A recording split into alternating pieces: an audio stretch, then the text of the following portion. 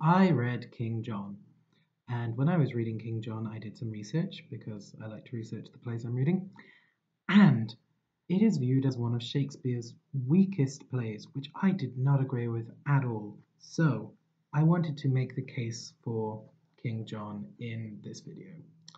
King John was written in the mid 1950s, no, the mid 1590s, very different time period.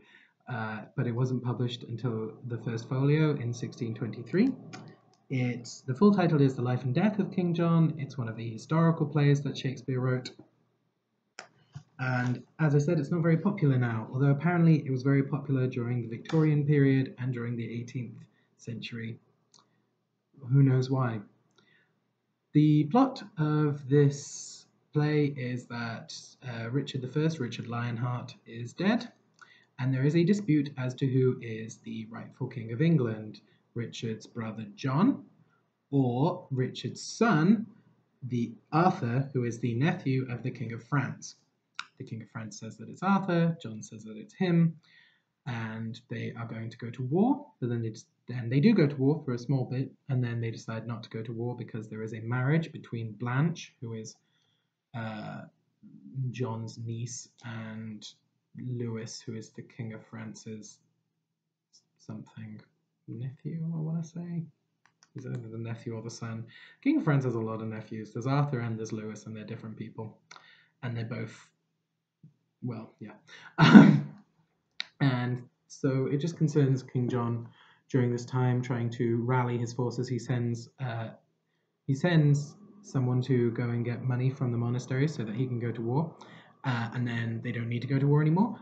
But then the Pope's emissary comes and says that John is being excommunicated because he hasn't been paying attention to the Pope's orders. And Philip, the King of France, who is deeply Catholic, then decides that he should go to war against John again, despite the marriage of politics that has just happened between Blanche and Louis. In retaliation, John takes Arthur prisoner. John thinks that he can't really ever be king while Arthur is alive, because Arthur is very popular with the lords of England. So John orders Hubert, there are a lot of characters, John orders Hubert to kill Arthur. Hubert cannot bring himself to kill Arthur, but tells John that he has. John puts it out that Arthur is dead. The lords of England are very angry. Then later Hubert admits that he did not kill Arthur, and John's like, great, go tell everyone. However, by this time, Arthur has already died because he falls off a wall, and King John is just seen as a liar and is still massively unpopular. King John, then, spoilers for a play that's 500 years old, 400 years old. Okay, yeah, 400 years is too soon. 500 would be fine, but 400 no. Spoilers, King John then dies because a monk poisons him because he was asking for money from the monasteries. And then the bastard. So the bastard is also a son of Richard Lionheart, but is not considered at all feasible to be King of England. The bastard is very loyal to John, and the bastard remarks that England's infighting is probably worse than the war with France. I really liked it. It is very funny. There are just some killer lines. The bastard is a great part. The bastard is a fantastically witty character, and it's a very modern form of wit. There's a lot of sort of in-jokes, there's a lot of repetitions, there's a lot of sly interjections. There's one bit where someone says, "Oh, hang an ass's skin on his back," and John's like, "Oh," yeah, and the bastard's like, "Okay, I will. I'll hang an ass's skin on your back." And then later someone says, "Oh, what will it take to shut you up?" He's like, "An ass's skin on my back would do it." So it's very kind of modern. It's very sort of sarcastic humor from the bastard, and it's great. The entire thing reads, to at least a modern eye, quite satirically about the nature of royal politics. The King of France and King John are presented as basically identical, up to including in the stage directions. It will say scene such and such, the King John's camp, and then the next scene will be the same but Philip's camp. They are acting exactly the same. They are the same character. essentially, and it's satirical that they are fighting when they're just so similar that you can't really tell the difference between one side and the other. Including, there is a large set piece about the French town of Angers, which is in France but is loyal to the King of England, and Philip goes to knock down the walls of the town to raise the town to make an example because they are loyal to King John. But then King John comes to fortify them. But then the people of Angers come out and are like, we don't really care. You're identical. We recognize both of you as the king. Whoever wins will be loyal to them. And Philip and John fight for a while, and then they're like, wait a minute, let's just join forces and raise Angers because they're being dicks. And they're like, and then like, oh yeah, that's a good idea. So it's very possible for them to put aside their differences. They do so at several points in the play, and then they just start fighting again for very little reason. So they stop fighting because there is the marriage of politics, and then the Pope's emissary comes and Philip declares war again. But then Philip makes peace with the Pope, and the Pope's emissary says to Philip, "Oh, sorry, John makes peace with the Pope, and the Pope's emissary says to Philip, you know, you don't need to go to war anymore." And Philip's like, I'm just going to anyway. And it's just a brilliant satire of these kind of hubristic, narcissistic, solipsistic twats that run the world. It's actually really funny and it's really well done. Um, there is just some other things that I wanted to say because I think you should read it. Go read it because it's really funny. And if you have the power, put on a production of it because this needs to be produced more. Um, it has a. So everyone sort of knows that Titus Andronicus has the first your mum joke. This one has a my mum joke. So when the bastard is trying to prove his heritage, so the bastard is in a land dispute with his younger brother, and his younger brother is trying to prove that the bastard is not related to their father and thus does not deserve the land. And the younger brother begins his story.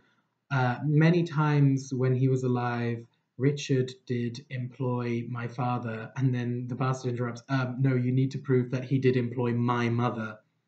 So there is a my mother joke in this play, which is great. There is also some fantastic feuding between King John's mother, Eleanor, and King Philip's wife, whose name I can't remember. But they are great. They feud and they just trade insults at each other constantly. And it's another sign of how Philip and John are identical because they're both sort of ruled by these women in their lives. Um, and the two characters actually die off screen at the exact same time, which is sort of a more adds to the sort of doppelganger theme. And they just trade these insults back and forth, and it is great. And what's even better is I realized because of the way Shakespeare plays were staged originally, where women weren't allowed on stage, they'd be played by men, it would essentially have been two drag queens sniping at each other on stage. That would have been fantastic. It's just great. Um, there are some things that I didn't realize sort of happened in Shakespeare plays in this play. There's sort of quite a meta joke where I think it's the King of France is like, oh man, I really need my messenger. I really wish my messenger was back. And then the messenger just walks on stage. He's like, oh, phew! I thought I was gonna have to wait for ages. Because obviously it's just a plot convenience thing that the messenger is back. So that's very funny. There are also interruptions, which there are a lot of interruptions, and I mean, I've seen some interruptions in Shakespeare plays, but there's so many in this one. It's just it sort of feels to me like almost the Shakespeare equivalent of an Aaron Sorkin screenplay. That just it's just people talking so fast, just back and forth, just quip, quip, quip, quip, quip, and lots of politics. So yeah, I think this is Shakespeare's attempt to make the West Wing. I think Shakespeare saw The West Wing and really liked it and was like, yeah, I want to do that. I want to make that, but in my signature style. I'm just going to refer to my notes to try and remind myself what else I thought was noteworthy from the text. Um, Oh, there's a lovely bit when the bastard. So the bastard starts out as, yeah, sort of landed gentry, and then gets knighted because it's realized that he's Richard the First's son. And he has this lovely monologue where he's like, "Oh, great, I'm gonna forget people's names on purpose because that's what you do when you're powerful." And I was like, "Yes, that is what I would do if I became a knight." He's like, his name's Jeffrey. I'll call him Roger because, I'm too important to remember people's names. Which, yeah, that is what I would do. Um,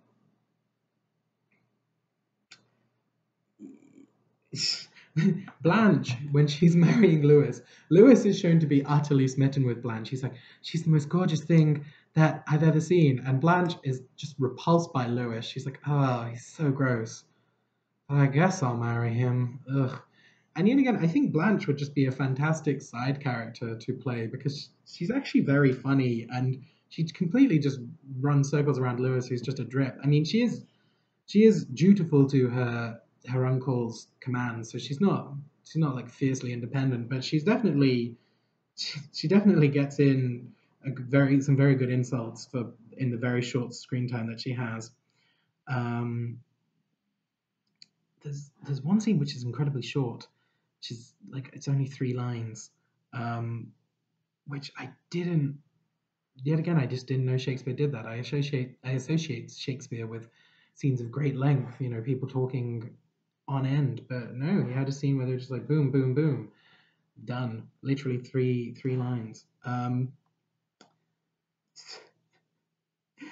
There's this great bit where so Hubert, who I mentioned is John's hitman, is never mentioned in the text. It's not mentioned at all, and then just suddenly shows up in the scene where he's sent to kill Arthur. And the first few lines are just everyone talking about how much they love Hubert. It's like that episode of Clone High with Ponce de Leon, where they're trying to convince you that Ponce de Leon has always been there. So everyone's like, "Oh God, just love Hubert. Hubert's the best. Ugh, Hubert, you always know exactly what to say. You're just great, Hubert. I'm so glad we talk about you all the time, and you're such a big part of our lives." Um, which I mean, I know it's probably not because I don't think metatextual humor was particularly in vogue during Shakespeare's time, but it definitely feels like, I wrote myself into a corner. I need a new character. I don't want to go back and write this. I mean, this was before Control F. So it's, if you wanted to make corrections, you actually had to go back and do them. Nah, I'll just say that he was here the whole time. It's fine. Um, so yeah, that's hilarious. Also, I wondered if, because, little known fact, the huntsman in the Disney version of Snow White is called Hubert. And he is very similar to Hubert in this play. Hubert is sent to kill someone and can't do it because they're just too innocent. And the huntsman in Snow White does the exact same thing. I was just wondering if that was a very erudite reference on behalf of the Disney team. If so, well done. It's just great. Um, I have to say there is an N word in this play, which I was not expecting. Um, I know there are a few N words in Shakespeare. It's quite near the end of the play, so if you do read it, just watch out for that. Um, there's, there's also yet again um, very kind of late in the game prophecy is introduced that John will give up his crown. It's like scene 4 out of scene 5, like act 4 in a 5-act play. They're like, by the way, there's this prophecy that you're going to give up your crown. He's like, well, I don't believe that. And then the next scene he does that. I wonder if that soothsayer, the person who made that prophecy, was maybe not making a prophecy so much as making a prediction based on current events. Like, and everyone sort of was like, oh wow, he's an oracle, but no, he was just sort of like, given what's happening at the moment, I think this is what's going to go down. Yes, that was my thoughts on King John. Really good play, very enjoyable, lots of good parts. Admittedly, King John himself does not seem like a particularly interesting character. He doesn't have very many good lines. He doesn't even have really any soliloquies. The soliloquies go to the Bastard. Bastard has a great soliloquy about when King John and King Philip first agree to stop warring because they'll both get what they want. And he has a speech about commodity. And he's like, well, I can call out commodity because commodity has never done anything for me. Well, now I'm a poor man, I'll say there's no greater sin than being rich. As soon as I'm rich, I'll say there's no other sin than being beggarly. And it's very true and it's very funny.